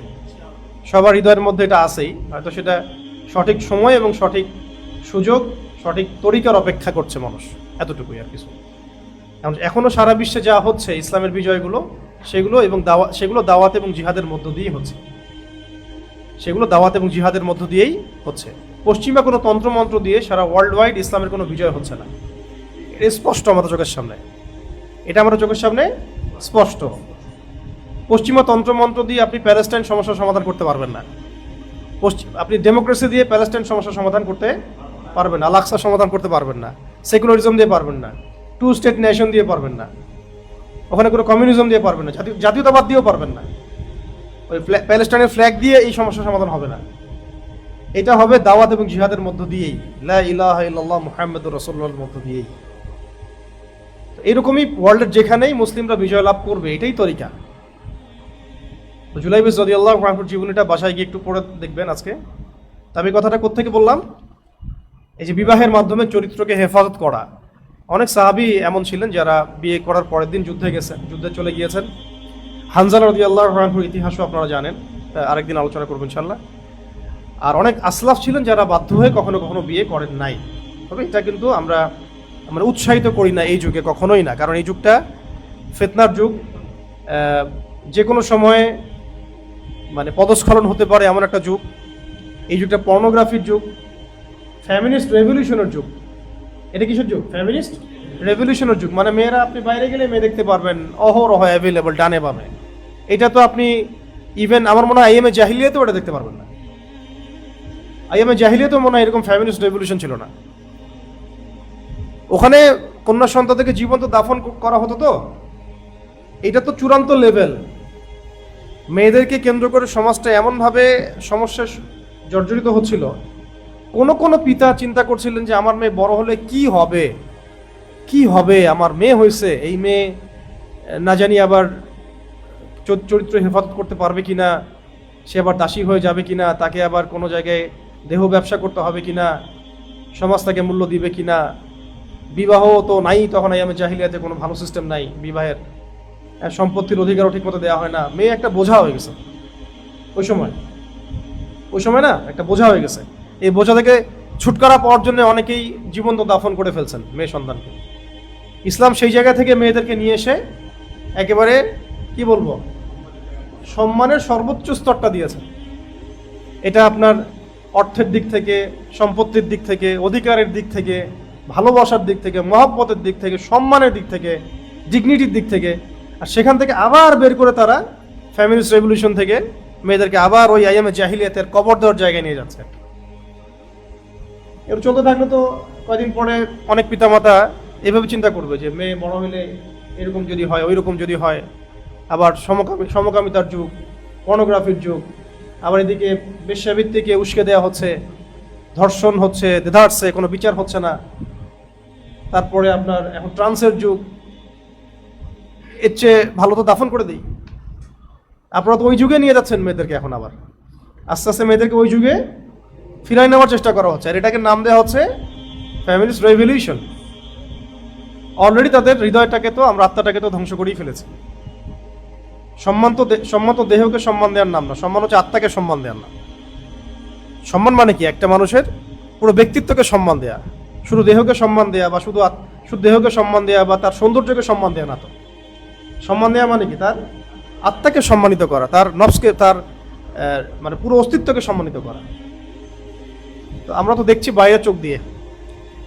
তো আমাদের এই যে ফ্যামিলিস্ট রেভলিউশনের যুগে এবং পর্নোগ্রাফির যুগে, সমকামিতার যুগে, এখন যত বেহায়াপনা, জেনা, ব্যভিচার, এই যুগে আমরা কখনোই উৎসাহিত করি না যে আপনারা অবিবাহিত থাকবেন। বরং সামর্থ্য হয়ে গেলে প্রথম যে কাজটা করা উচিত সেটা হলো বিয়ে করে ফেলা। সামর্থ্য হলে পরে প্রথম যে কাজটা করা উচিত সেটা হলো বিয়ে করে ফেলা। এটা ইবাদত মনে করে করতে হবে, ঈমান বাঁচানোর স্বার্থে করতে হবে। আর ঈমান বাঁচানোর স্বার্থে মাঝে মাঝে একটু জোর জবরদস্তি করতে হলে সেটাও করতে হবে পরিবারে। আর পরিবারে যদি একটু জোর জবরদস্তি করতে হয়, বোঝাতে হয়, চাপ দিতে হয়, সেটা দিতে হবে, কারণ এটা আপনার ঈমানের প্রশ্ন। তবে এখানে আবার তাড়াহুড়া করা যাবে না, কারণ এটা আবার সারা জীবনের প্রশ্ন। ভুল ডিসিশন হলে সারা জীবন আবার আপনাকে পস্তাতে হবে। আর এটা আবার সেই যুগ না যে আপনি চাইলেই 2টা 3টা 4টা করে ফেলবেন। এটা আবার সেই যুগও না, কিন্তু এটা জায়েজ না জায়েজের বিষয়ে পড়ে, কিন্তু এটা আবার সেই যুগও না। এই সোসাইটি, কমিউনিটি এই সাইকোলজিতে গড়ে ওঠে নাই। ভুল ডিসিশন নিয়ে ফেললে সবর করতে হবে। প্রথমত সবরের মধ্য দিয়ে ইসলাহের চেষ্টা করতে হবে, আল্লাহর দ্বীনের পথে ফিরাই নিয়ে আসার চেষ্টা করতে হবে, তার জন্য দোয়া করতে হবে, অনেক মেহনত করতে হবে তার প্রতি আর কি। ঠিক আছে? এবং আমার মনে হয় যে মেহনত যদি ঠিকভাবে করা হয় আর আল্লাহর কাছে বেশি বেশি দোয়া করা হয়, ইনশাআল্লাহ আল্লাহ চাইলে তাদের মনের মধ্যে পরিবর্তন নিয়ে আসতে পারেন। ঠিক আছে, যাই আমি শেষ করি, না হলে পরে সময় পাবো না। ঠিক আছে, 10টা বাজতেছে। এটা কয় নাম্বার বলছি? 1 নাম্বার, সেটা হচ্ছে অন্য ব্যক্তিদের সাথে সম্পৃক্ত বিষয়ে। 2 নাম্বার হচ্ছে পরিবারের ভরণ পোষণের ব্যবস্থা করা। এই যে বললাম সামর্থ্যের কথা বলছি, কারণ বিয়ে করলে আপনাকে এটা দায়িত্ব কার? নিজের, আপনার নিজের দায়িত্ব এটা। তখন যদি এই দায়িত্ব পালন করতে আপনি ব্যর্থ হন, তাহলে তো তখন আপনাকে হাত পাততে হবে অন্যের কাছে। আর পুরুষ মানুষ তো কারো কাছে হাত পাতলে তার আর সম্মান বলে কিছু, মানে গায়রত বলে কিছু কিন্তু বাকি থাকে না খুব একটা। বাধ্য হতে পারে মানুষ, ঋণ হতে পারে, কিন্তু বারবার এটা হতে থাকলে তো তখন খারাপ লাগবে, বিষয়টা আপনার কাছে খারাপ লাগবে। এই কারণে অন্তত ছোট করে হলেও একটা হালাল অর্থনৈতিক ব্যবস্থা থাকা উচিত, ইকোনমিক ব্যবস্থা থাকা উচিত, যার মধ্য দিয়ে আপনি আপনার পরিবারের ভরণ পোষণ চালাতে পারেন। এবং সেটা আপনার কুফু বা আপনার সামর্থ্য বিবেচনা করেই বিয়ে করা। আমি মাসে আর্ন করি 50,000 টাকা, তা আমি আমার আর্নিংয়ের মধ্যেই ওই লেভেলের পরিবারেই আমি সম্পর্ক করব। আপনার প্রয়োজন নাই যে এত উঁচুতে নিয়ে যাওয়া যে আপনার 50,000 টাকা কসমেটিক্স দিয়ে আপনি শেষ হয়ে যাবে। ওইদিকে যাওয়ার তো আপনার সুইসাইড অ্যাটেম্প্ট। এটা কেন যাবেন আপনি? আপনি আপনার কুফু মেনটেন করবেন। বরং আমি বলি যে আপনার লেভেলের চাইতে একটু নিচু লেভেল, নিচু ইকোনমিক লেভেলের মানুষের সাথে সম্পর্ক করা উচিত। ধরেন আপনি কি বলবো যে মিডল ক্লাস, আপার মিডল ক্লাস, তা আপনি মিডল ক্লাস ফ্যামিলির মেয়ে খুঁজেন, দিনদার মেয়ে। তাহলে ওরা বড় হয়ে উঠেছে ওই পরিবেশে, ওই রকম কষ্ট করে, সবর করে, অল্পে তুষ্ট থাকবে। সে আপনার ফ্যামিলিতে এসেও দেখবেন যে আপনার ওই ইকোনমিক ব্যবস্থার সাথে ব্যালেন্স করে ফেলছে, আয়ের সাথে ব্যালেন্স করে ফেলছে। আর কেউ বড় হয়ে উঠছে একদম দুধে ভাতে বড় হয়েছে আর কি। মানে পাও পড়ে নাই মাটিতে, ঠিক আছে, দামি দামি জামা কাপড় গাড়ি কসমেটিক্স, এইটা এখন আপনি মিডল ক্লাস ফ্যামিলি একটা ছেলে নিয়ে আসছেন একদম গুলশান থেকে এক দিনদার মেয়েকে, গুলশানের এক দিনদার মেয়েকে নিয়ে আসছেন, ব্যাস তাহলে আপনার তো অবস্থা খারাপ। এখন পারতেছেন না আপনি এটা ফিল আপ করতে, তখন তো এই ক্রস কানেকশন হবেই, নেগেটিভ পজিটিভ এক হবে, শয়তান সুযোগ নেবে, ঝগড়া হবে, তখন পরিবারের মধ্যে ফাটল সৃষ্টি হতে পারে, আল্লাহ না করে। আর আশেপাশের মানুষ খোঁজাবে যে কী রে তোর জামাই তো তোর এটা দিতে পারে না, আমাদের ঘরেই তো ভালো ছিলি, হ্যাঁ জানিস না তো আমার তো জামাই এরকম, আমার জামাই এটা দেয় সেটা দেয়, ব্যাস তখন তো আপনার বাসায় আর একটা কুরুক্ষেত্র আর কি। তো এই কারণে দিনদার পরিবারও খোঁজা এবং আয়ের ব্যাপারটাও খেয়াল রাখা যে আমার সামর্থ্যের চেয়ে নিচু বিয়ে করাই ভালো, আপনার সামর্থ্যের চেয়ে একটু নিচু বিয়ে করাই ভালো। এতে তাদের, আমি বললাম, তাদের একটা অল্পে তুষ্ট থাকার মানসিকতা থাকে, আপনি হ্যাপি থাকবেন ইনশাআল্লাহ। 3 নম্বর হচ্ছে পিতামাতা সেবা করা, পিতামাতার খেদমত করা এবং তাদের অবাধ্য না হওয়া, খুবই গুরুত্বপূর্ণ একটা ইবাদত। এটা নিয়ে তো লম্বা আলোচনা করা যায়, আমি সংক্ষেপে বলছি যে পিতামাতা আল্লাহ এবং তার রাসূলের পরে এই পৃথিবীতে পিতামাতাই আমাদের সবচেয়ে হকদার, আমাদের ভালো ব্যবহার পাওয়ার, অধিকার পাওয়ার সবচেয়ে বড় হকদার। তো তাদের ব্যাপারে কোনোভাবেই কোনো রকমের অবাধ্যতা করা যাবে না, আর কষ্ট দেওয়া যাবে না। দিনই কোনো বিষয় হলে সেটা বুঝায় বলতে হবে, এমনকি পিতামাতা কাফের হলেও তাদের সাথে দুনিয়াবি ভালো সম্পর্কটা বজায় রাখতে হবে, এটা খেয়াল রাখবেন ইনশাআল্লাহ। আর সবসময় দোয়া করা, আল্লাহুম্মা রাব্বির হামহুমা কামা রাব্বায়ানি সগীরা, এই দোয়াটা করতে থাকা। আর পিতা এবং মায়ের হক আদায় করতে পারলে আপনার জীবনে বরকত চলে আসবে ইনশাআল্লাহ, ঠিক আছে, এটা জীবনে বরকত নিয়ে আসার একটা অন্যতম মাধ্যম। আর পিতামাতাকে বেশি বেশি আপনার জন্য দোয়া করতে বলবেন, বাবা মায়ের দোয়া সন্তানের জন্য অনেক বড় একটা অস্ত্র আর কি, ঠিক আছে। আর সে ব্যক্তি তো হতভাগা যে পিতামাতাকে পেয়েছে, তাদের তাদের মানে হক আদায় করে জান্নাত লাভ করতে পারে নাই, সেই ব্যক্তির জন্য নবী সাল্লাল্লাহু আলাইহি ওয়াসাল্লাম অভিশাপ দিয়েছেন, বদদোয়া করেছেন, মনে আছে না হাদিসটা? সেই ব্যক্তি ধ্বংস হোক যে তার পিতাকে পেয়েছে বা মাতাকে পেয়েছে বা পিতা মাতা দুইজনকে পেয়েছে, তাদের ওই হক আদায় করে জান্নাত লাভ করতে পারে নাই, তার জন্য কি হোক? ধ্বংস। তো এটা খেয়াল রাখা। 4 নম্বর সন্তান প্রতিপালন করা, এটাও খুব ভালো করে খেয়াল রাখবো। সন্তান আমরা প্রতিপালন করব, এটা আল্লাহ পাকের রিজিক মনে করে প্রতিপালন করা, এবং ছোটবেলা থেকেই তাদেরকে ইসলামী তরবিয়ত দেওয়া, তাদের চলাফেরা, খাওয়া দাওয়া, পোশাক আশাক, পড়াশোনা, প্রত্যেকটা বিষয় থেকে খেয়াল রাখা এবং তাদেরকে আগামী দিনের মুজাহিদ হিসেবে গড়ে তোলার চেষ্টা করা। 5 নম্বর হচ্ছে আত্মীয়তার সম্পর্ক বজায় রাখা, আত্মীয়তার সম্পর্ক বজায় রাখা। এটাও অনেক ভাটা পড়তেছে এখনকার যুগে, এই ইবাদতের মধ্যে অনেক আত্মীয়তার সাথে আমাদের কোনো সম্পর্কই নাই দেখা যায়, এটা খুব খারাপ। ন্যূনতম যে সম্পর্কটা এটা বজায় রাখতে হবে, মিনিমাম যে সম্পর্কটা এটা বজায় রাখতে হবে, অন্তত সালাম কালাম বিনিময়, খোঁজখবর নেওয়া, হাদিয়া তোহফা দেওয়া, এতটুকু বজায় রাখা উচিত। যদি আত্মীয় আপনার আকীদা আমলের বা বুঝের বিপরীতে চলে, তবুও তাদের সাথে একটা দাওয়াতের মেজাজে একটা মানে সৌহার্দ্যপূর্ণ সম্পর্ক বজায় রাখতে হবে। আর যদি দেখেন যে তারা চরম রকমের ফাসেক হয়ে গেছে, জালেম বা গলদ আকীদা বিশ্বাসের, তখন এমনভাবে চলা যাতে আপনি আবার তাদের দ্বারা ইফেক্টেড না হন, এটা ব্যালেন্স করা আর কি, খুব কষ্ট করে সম্পর্ক রাখা, স্বাভাবিক সম্পর্ক রাখা, খেয়াল রাখা তারা যদি গলদ আকীদা বিশ্বাসের লোক হয়, তখন যেন আপনি আবার ইফেক্টেড না হন তার দ্বারা, বরং আপনি যেন তাদেরকে দাওয়াত দিতে পারেন সঠিক পথে, এটা খেয়াল রাখেন। আর আত্মীয়তার সম্পর্ক ছিন্ন করাটা হারাম, যে ব্যক্তি ছিন্ন করবে এটা জান্নাতে প্রবেশ করতে পারবে না, এমন একটা হাদিস এসেছে, আত্মীয়তার সম্পর্ক ছিন্ন করে জান্নাতে প্রবেশ করতে পারবে না। 6 নম্বর হচ্ছে মনিবের অনুগত থাকা, মানে এখন তো ওই সিস্টেমটা এখন নাই আমাদের সমাজের মধ্যে, মনিবের অনুগত থাকা এবং অধীনস্থদের সাথে নরম আচরণ করা, ভালো ব্যবহার করা, এই 6টা হচ্ছে কার সাথে সম্পৃক্ত? একাধিক ব্যক্তির সাথে। আর সর্বশ্রেষ্ঠ হচ্ছে, এটা দিয়ে শেষ করে দিই, যে আমভাবে মুসলিমদের সাথে সম্পৃক্ত শাখা আছে মোট 17টা। একটা হচ্ছে ইনসাফের সাথে রাষ্ট্র পরিচালনা করা, ইনসাফের সাথে, এটা ইমানের অংশ তাহলে না? এই হিসাবে কি আমরা বলতে পারি যে ইনসাফের সাথে রাষ্ট্রগুলো পরিচালিত হচ্ছে? ইনসাফ তো দূরের কথা, মানবতাই তো নাই, ইনসাফ তো বড় দূরের কথা। মানবিকভাবে রাষ্ট্র পরিচালনা এই শব্দটা এখন প্রয়োগ করা কষ্ট হয়ে যাচ্ছে।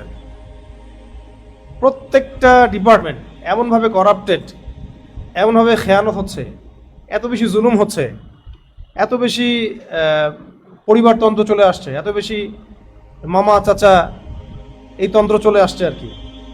হ্যাঁ, নিজেদের ব্যক্তি স্বাধীনতাকে মানে ব্যক্তি অধিকারকে সর্বোচ্চ অগ্রাধিকার দিয়ে অন্য অধিকার খর্ব করা, এইগুলো চলে আসছে। এতে করে ইনসাফ তো উঠে গেছে বহু আগেই, ইনসাফ তো বহু আগে উঠে গেছে। আর ইনসাফ তো আনবেই ইসলাম, আর সেই ইসলামকেই তো রাষ্ট্র থেকে উঠাই দেওয়া হয়েছে। রাষ্ট্র থেকে বলতে রাষ্ট্রের রাজনীতি থেকে, সমাজ এবং অর্থনীতি থেকে এটাকে উঠিয়ে দেওয়ার চেষ্টা করা হয়েছে। ব্যক্তি জীবনে রাখলে কোনো সমস্যা নাই, ব্যক্তি জীবনে ইসলাম পালন নিয়ে কিন্তু কাফের, ফাসিক, জালেম, মুশরিক, মুনাফিকদের কোনো সমস্যা নাই।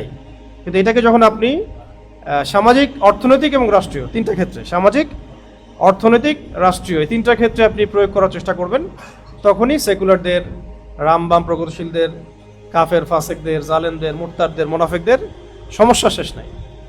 তারা এটাকেই ভয় পায়। আর এটাই হচ্ছে মূলত ইসলামী বিপ্লব বলতে আমরা এটাই বুঝাই।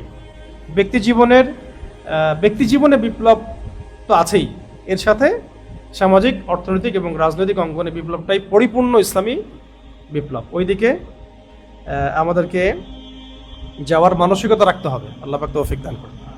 ঠিক আছে। 2 নম্বর হচ্ছে মুসলিমদের যে জামা, মানে মুসলিমদের যে একটা জামা আছে, ঐক্যবদ্ধ জামা আছে, এটাকে অনুসরণ করা।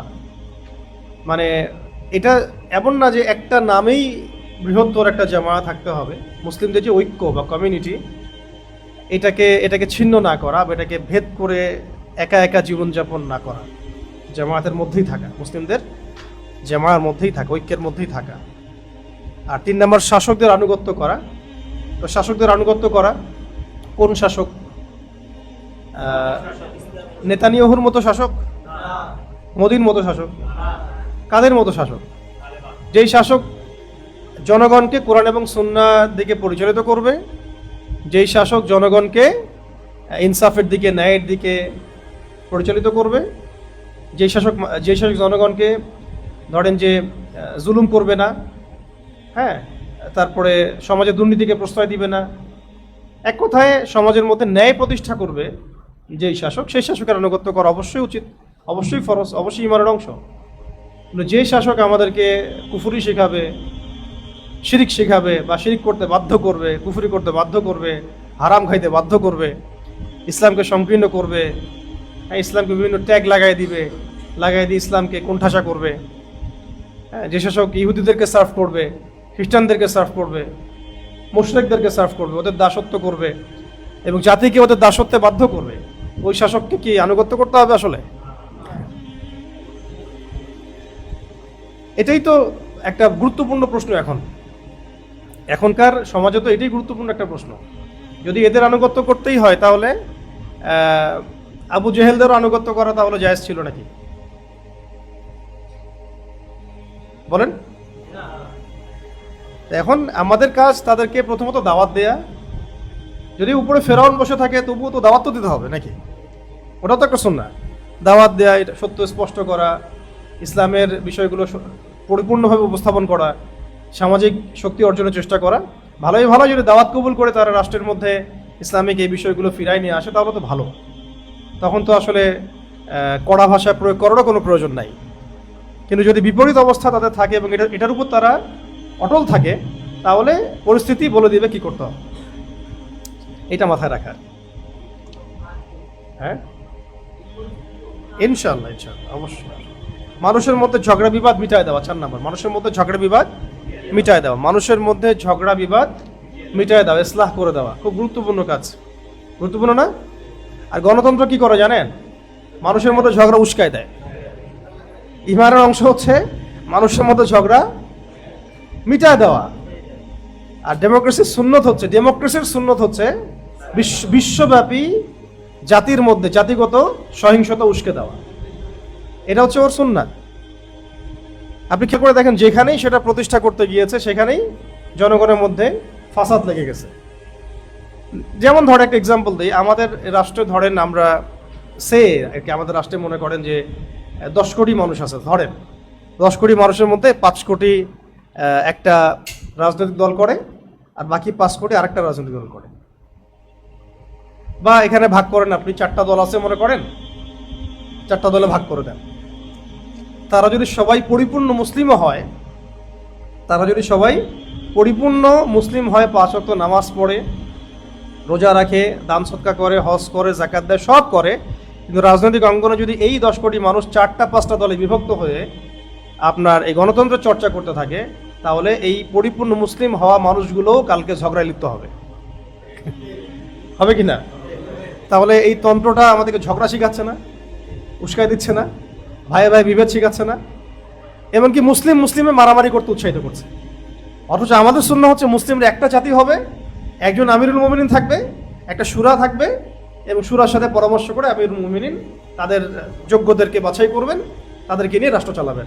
বাকি জনগণ সামিআনা ওয়া আতাআনা, শুনলাম মানলাম, এভাবে থাকবে। এবং রাষ্ট্র তখন জিহাদের নেতৃত্ব দিবে, আমিরুল মুমিনিন নিজে জিহাদের মাঠে থাকবে, ফ্রন্ট লাইন।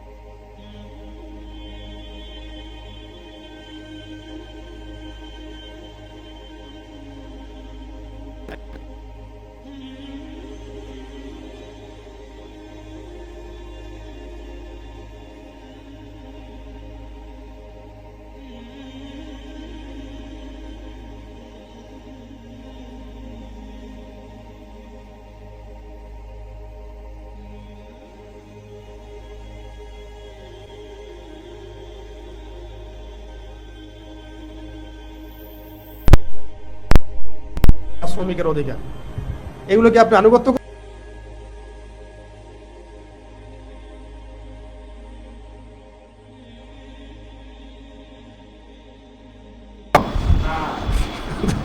কি একটা অবস্থা, হাসিও বের হয়, মানে এরা মাথায় আছেটা কি ভাই, এদের মাথায় আসলে কি আছে, এরা কি কি খায়টা কি?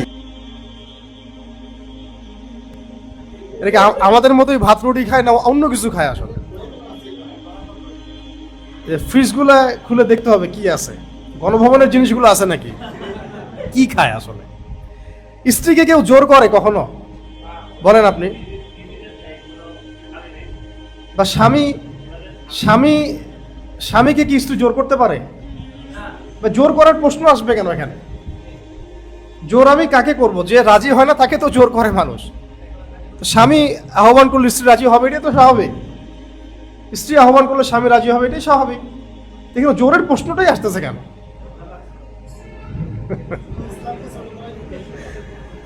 একটা হাদিস শুনবেন, একটা হাদিস শুনেন, এটা একটা হাদিস আছে।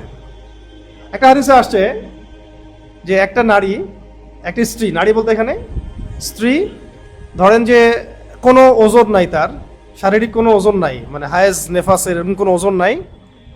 তো স্বামী তাকে তার চাহিদার জন্য ডেকেছে রাতের বেলা, তো স্ত্রী যায় নাই, বা অন্যদিকে কাত হয়ে ঘুমায় গেছে, বা স্বামীকে মানে পাত্তা দেয়নি আর কি, রাজি হয় নাই। তো হাদিস বলছে রাসূল সাল্লাল্লাহু আলাইহি ওয়াসাল্লাম বলছেন যে সারা রাত আল্লাহর ফেরেশতারা ওই নারীকে লানত করতে থাকে, অভিশাপ করতে থাকে। তাহলে স্বামীর প্রয়োজন হলে তাকে সাড়া দেওয়াটা স্ত্রীর একটা ইমানি দায়িত্ব। পরিপূর্ণ সবসময় কি মানুষ বৈবাহিক জীবনে একই রকম ফিল করে?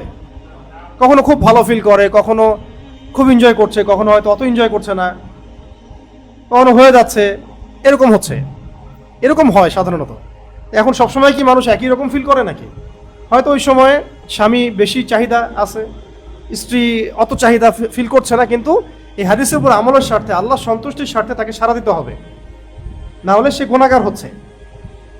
আমরা প্রত্যেকটা কাজ করি আল্লাহ সন্তুষ্টির জন্যে। এমনকি ধরনের স্ত্রী আমার সাথে খুব কটু ব্যবহার করছে, তারপরে আমি তাকে বোঝাবো, আদর করব, খাওয়াবো, তার মুখে খাবার তুলে দেবো। কেন? আল্লাহর সন্তুষ্টির জন্যে।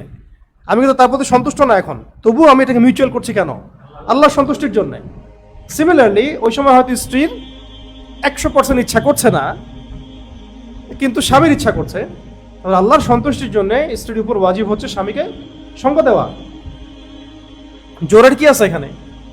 আবার একটা হচ্ছে যে স্ত্রী ধরেন রান্না করছে, স্বামী ওই সময় তাকে ডেকেছে, হাদিস বলছে যে রান্না বন্ধ করে তাকে যেতে হবে। ইসলাম কি বলছে আর এরা কি শিখাচ্ছে? জোর করার প্রশ্ন আসবে কেন? স্ত্রী যদি ইসলাম পালন করে তাহলে জোরের প্রশ্ন আসবে কেন? এই জোরের প্রশ্ন তাদের ক্ষেত্রে আসে যারা ইসলাম পালন করে না। তার মানে এদের স্বামীরা যখন তাদেরকে ডাকে ওরা আসলে যায় না, তখন স্বামী জোর করে নিয়ে আসে, তখন বলছে যে আমাকে তো ধর্ষণ করছে। তাই না বিষয়টা? যারা এই কাজগুলো করছে তার মানে এরা কি করে? এদের স্বামী হয়তো চাহিদায় ডাকে, স্বামী বেচারা হয়তো ডাকতেছে, তার প্রয়োজন দেখা দিছে, আর ও যাচ্ছে না, যাবে না, তার ইচ্ছা করতেছে না। এবং সে যেহেতু ইসলাম মানে না, ইসলামের এই হাদিসগুলো তো তার মাথায় নাই। ইসলাম বলেছে আমাকে রান্না বন্ধ করে হলেও যাও, তাহলে আল্লাহ আবার রাতের বেলা উল্টা দিকে ঘুরে শোয়া যাবে না, আল্লাহর ফেরেশতারা আমাকে অভিশাপ দেবে, তা আমি আল্লাহর সন্তোষের জন্য যাই। এই চেতনা তো ওদের স্ত্রীর মধ্যে নাই, ওই স্ত্রীর মধ্যে নাই। এই কারণে সে যাচ্ছে না। তখন স্বামী মনে হয় জোর করে তুলে নিয়ে আসছে, ব্যাস তখন বলছে আমাকে ধর্ষণ করছে। তাহলে কি করতে হবে? কাদের কাদের কাদের সাথে এই কাজটা করা হয়েছে? সবগুলোকে জড়ো করে একটা জোট বানাইছে আর কি, বানায় এটা নিয়ে বাস দেশে একটা আমরাও একটা আন্দোলন করে ফেলি, চল, মানে এই বান্ধবী মিলে একটা আন্দোলন করে ফেলল, পরে বাস বৈবাহিক ধর্ষণ শব্দটা নিয়ে আসলো। কি বৈবাহিক ধর্ষণ? এছাড়া কিচ্ছু না। কিন্তু দেখেন এরকমই হচ্ছে, যারা যারা এগুলার সামনে আছে যে মেয়েগুলো, দেখেন ওরা এগুলা একটা গ্রুপ আর কি, একটা গ্যাং একটা। আবার হ্যাঁ, এমনও হইতে পারে যে স্বামীর সাথে ভালো সম্পর্ক নাই, বাইরে অন্য পরকীয়া আছে, এদিকে স্বামী তার হক চাচ্ছে, স্বামীকে ভাল লাগে না, অন্যকে ভাল লাগে, তখন স্বামী জোর করছে, বলছে বৈবাহিক ধর্ষণ হয়েছে। কি বলছেন কি? তারপর এদিকে আবার হ্যাঁ, যেখানে যেটা হারাম, জিনা একেবারে হারাম, ব্যভিচার একেবারে চরমভাবে হারাম, বিবাহিত ব্যক্তি ব্যভিচার করলে তাকে রজম করতে হয়। ইসলামী বিধান হচ্ছে এইটা। আর বিবাহিত ব্যক্তি ব্যভিচার করলে তার পৃথিবীতে বেঁচে থাকার অধিকার নষ্ট হয়ে যায়। একজন যদি আরেকজনকে অন্যায়ভাবে হত্যা করে, তার কিন্তু বেঁচে থাকার একটা সুযোগ বাকি থাকে। সেটা হচ্ছে ওই ব্যক্তির পরিবার যদি তাকে ক্ষমা করে দেয়, হ্যাঁ, রক্তপণ নিয়ে নেয়, ক্ষমা করে দেয়, তাহলে কিন্তু সে বেঁচে থাকার অধিকার পাচ্ছে। কেসাস হচ্ছে না, এখানে কেসাস হচ্ছে না, সে মাফ করে দিয়েছে এবং রক্তপণ নিয়ে নিয়েছে। কিন্তু বিবাহিত ব্যক্তির ক্ষেত্রে এমন কোনো সুযোগ নাই যদি সে ব্যভিচার করে। এখন সেই ব্যভিচারের পতিতালয়ের তারা প্রমোট করছে, এখানে যারা যারা নোংরামি করছে, নোংরা কাজ করছে, এদেরকে তারা প্রমোট করছে। শ্রমিক বলছে বেশ্যারা হিস্সা চাচ্ছে, বলছে আমি বেশ্যা, আমি চাই হিস্সা, নাউজুবিল্লাহ। তাহলে এটাকে সমাজে প্রতিষ্ঠা করার চেষ্টা করা হচ্ছে। তার উদ্দেশ্যটা কি? পরিবারটাকে ভেঙে ফেলা। খেয়াল করছেন উদ্দেশ্যটা কি? তাহলে পারিবারিক মূল্যবোধ কাঠামোটাকে ভেঙে ফেলা। তো পরিবার ভাঙতে চাবে কে? ইবলিস। কে চাবে? ভালো করে খেয়াল করে, ইবলিস কি করে? দিনের শেষে তার সব অনুসারীদেরকে ডেকে বলে কে কি করছো বলো। ইবলিসের সিংহাসন থাকে তখন সমুদ্রের উপরে, সবাই রিপোর্ট দেয় আজকে আমি এটা করছি, আমি অমুককে জেনা করাইছি, অমুককে ব্যভিচার করাইছি, অমুককে চুরি করাইছি। ইবলিস বলে কিছুই করো নাই তোমরা। একজন এসে বলে আমি পরিবার ভেঙে দিছি, স্বামী স্ত্রীর মতো সম্পর্ক ভেঙে ফেলছি। ইবলিস তাকে ডেকে এনে মেডেল পরায় গলার মধ্যে, পুরস্কৃত করে ইবলিস তাকে সবার সামনে। তাহলে এইগুলো যে ইবলিসের এজেন্ট, বুঝতে পারছেন? আমি প্রমাণ করে দিলাম এগুলো কাদের এজেন্ট? পুরো ইবলিসের এজেন্ট। পরিবার ভেঙে ফেলা উদ্দেশ্য এদের, জেনাকে প্রমোট করতেছে। আর যে মেয়েরা বিপথে চলে গেছে ওদেরকে ফিরায় আনার জন্য অন্য কোনো অপশন নাই, ইসলামের কোনো ভালো অপশন নাই, ওদের ভালো কর্মসংস্থানের ব্যবস্থা করা যায় না। ওই কর্ম করেই তাকে অধিকার কেন দিতে হবে? ওই নোংরা কর্ম থেকে বের করে ভালো কোনো কর্মে ঢুকাই দেওয়া হোক, তওবা করুক, ইস্তেগফার করুক, করে আল্লাহর দিন পালন করুক, নামাজ পড়ুক, রোজা রাখুক, পর্দা করুক, সমাজে ফিরে আসুক, তারা ভালো হয়ে যাক, তওবা করে ফিরে আসুক, ভালো হয়ে যাক। যেহেতু এখানে এখন আপনি তো এখানে আর ইসলামী শরিয়া বাস্তবায়ন করতে পারছেন না, তাই বলছি আর কি। শরিয়া থাকলে তো অন্য দিকে চলে যেত কথা। তাহলে ওরা ফিরে আসুক, ওদেরকে ফিরে আনার ভালো ব্যবস্থা করা হোক। ওই নোংরা পেশায় থেকেই কেন তাদেরকে হিস্সা দিতে হবে? শয়তানি না? ইবলিসের উপরে শয়তানি, ইবলিসের বস।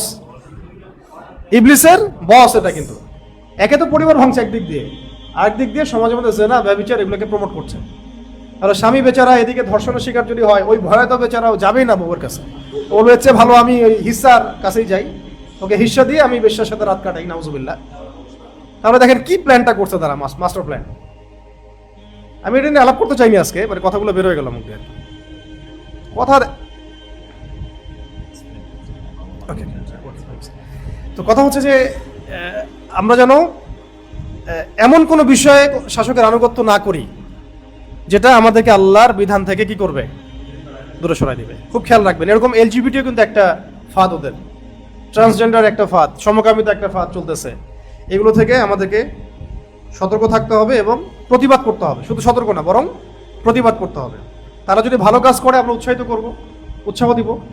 যদি কোনো খারাপ কাজ করে, ইসলাম বিরোধী কাজ করে, আমরা কি করব, দাওয়াত দিব, প্রতিবাদ করব, দাওয়াত দিব, প্রতিবাদ করব।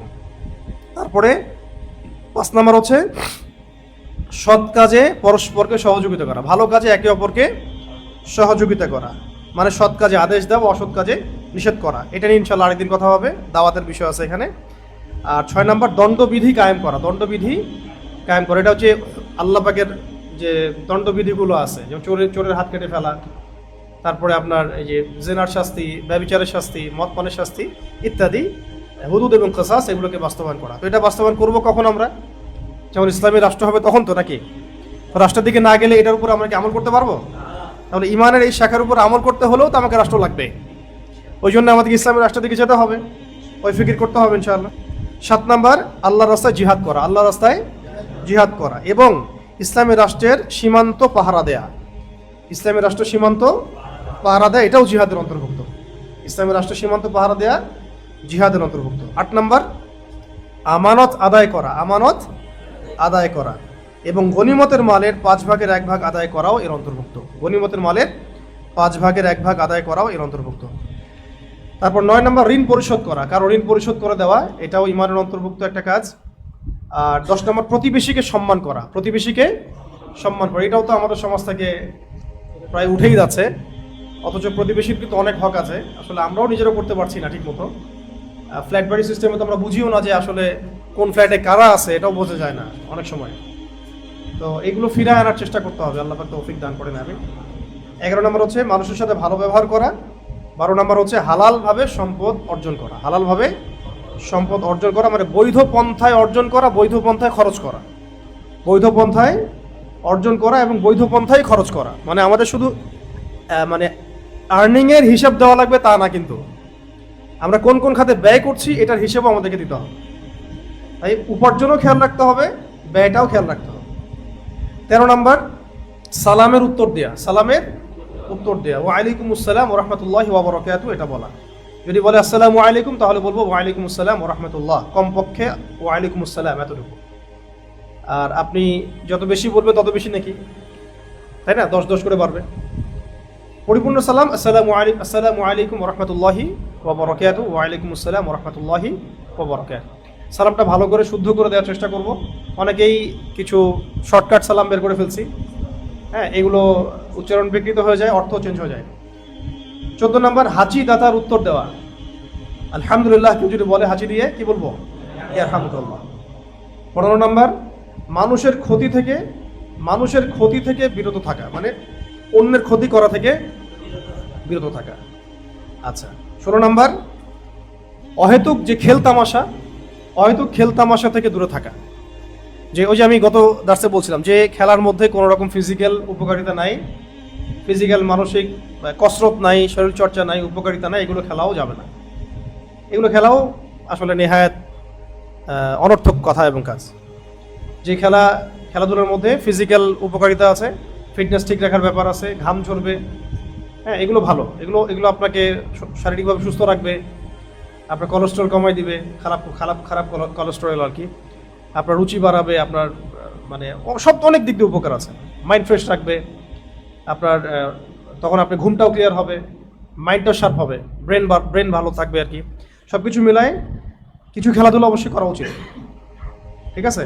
তবে এমন কোনো খেলাধুলা না করা যেটা শুধুমাত্রই অনর্থক, সময় নষ্ট, কোনো শারীরিক উপকার নাই, বরং জুয়া আছে, লটারি আছে ইত্যাদি ইত্যাদি, এগুলো থেকে দূরে থাকা। 17 নম্বর হচ্ছে রাস্তা থেকে কষ্টদায়ক বস্তু সরায় ফেলা। ওই যে লাস্টেরটা, রাস্তা থেকে কষ্টদায়ক বস্তু সরায় ফেলা। এই কাজগুলো যদি আমরা ঠিকভাবে করতে পারি ইনশাআল্লাহ তাআলা, তাহলে ইমানের এই 77টা শাখা পূর্ণ হবে ইনশাআল্লাহ। এগুলো একসাথে গণনা করলে মোটামুটি 69টার মতো হয়, আর আলাদা আলাদা করে গণনা করলে এটা 77টাই হবে আর কি।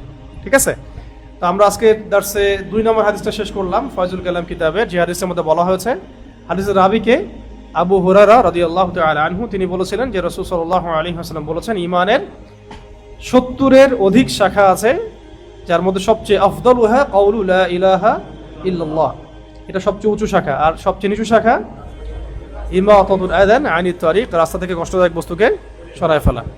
আর আরেকটা স্পেশাল শাখা হচ্ছে ওয়াল হায়া শু'বাতুম মিনাল ঈমান, লজ্জাশীলতা বা লজ্জা হচ্ছে ঈমানের স্পেশাল একটা শাখা। এটাকে আমরা ভাগ করেছিলাম কয় ভাগে? 3 ভাগে। 3 ভাগের মধ্যে প্রথমটা হচ্ছে অন্তরের সাথে সম্পৃক্ত, তৃতীয়টা হচ্ছে জবানের সাথে সম্পৃক্ত, আর 3 নম্বরটা হচ্ছে শারীরিক স্বভাবে সম্পৃক্ত।